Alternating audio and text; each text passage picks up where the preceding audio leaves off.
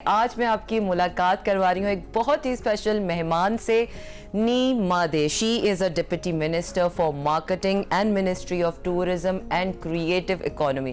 Thank you very much Ni Made for your time and welcome in flag. Thank you. So my first question to you, let's come directly to the tourism because you have done a lot about tourism. Indonesia holds a very Indonesia سیاحتی لحاظ سے اپنی ایک پہچان رکھتا ہے. آپ Indonesia میں سیاحت کا اسکوپ کیسے دیکھتی ہیں؟ Indonesia As Deputy Minister of Marketing, let me just say about the scope of tourism. بحیثیت deputy minister for tourism marketing میں سمجھتی ہوں کہ ٹورزم کی پروموشن ایک چیز ہے اور اس کے پیچھے کئی لوگوں کی محنت ہے. جب بھی ہم سیاحت کی بات کرتے ہیں تو ہمیں لوگوں کی مہمان نوازی کے بارے میں بھی ضرور بات کرنی چاہیے. اس چیز کو دیکھتے ہوئے ہماری منسٹری ہاسپٹیلٹی اسکولز کا قیام کر رہی ہے جس میں ہم انڈونیشیا کے لوگوں کو ایک ٹورزم فری کلچر کے بارے میں ایجوکیٹ کریں گے تاکہ لوگ بین الاقوامی سیاحوں کی بہتر طریقے سے مہمان نوازی کر سکیں.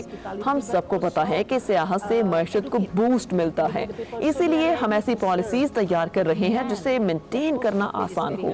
اس سے سیاحت کو فروغ ملے گا. ہم امیگریشن منسٹری کے ساتھ مل کر ایسی پالیسیز مرتب کر رہے ہیں جس سے ہمارے ملک میں سیاحت بہت بڑھے گی. اس کے علاوہ ہم سیاحتی مقامات پر بہت دھیان دے رہے ہیں کہ کس طرح سے مقامات کو محفوظ اور سسٹینیبل بنایا جا سکے.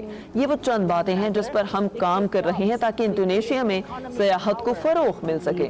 Take into account when we talk about tourism.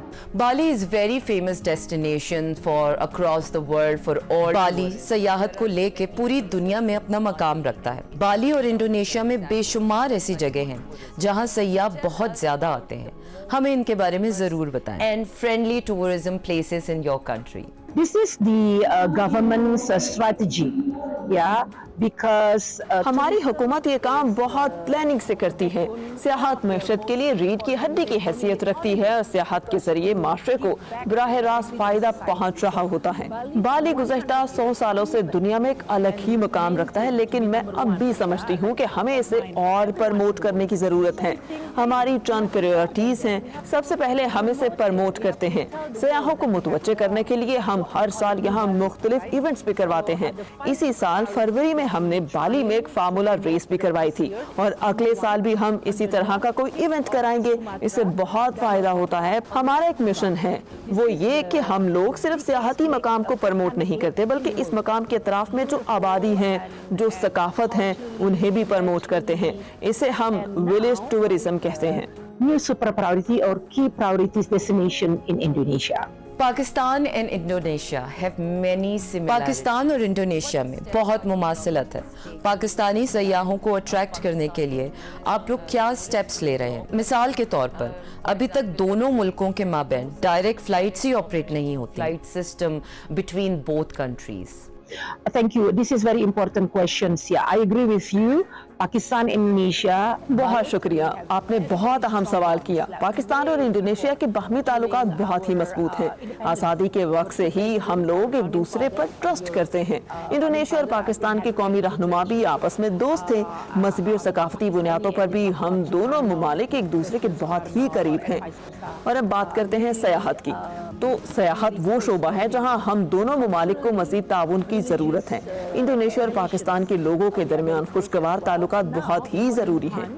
آپ نے بالکل درست نشاندہی کی کہ لوگوں کو آپس میں ملانے کے لیے کنیکٹیویٹی کا ہونا بہت ضروری ہے.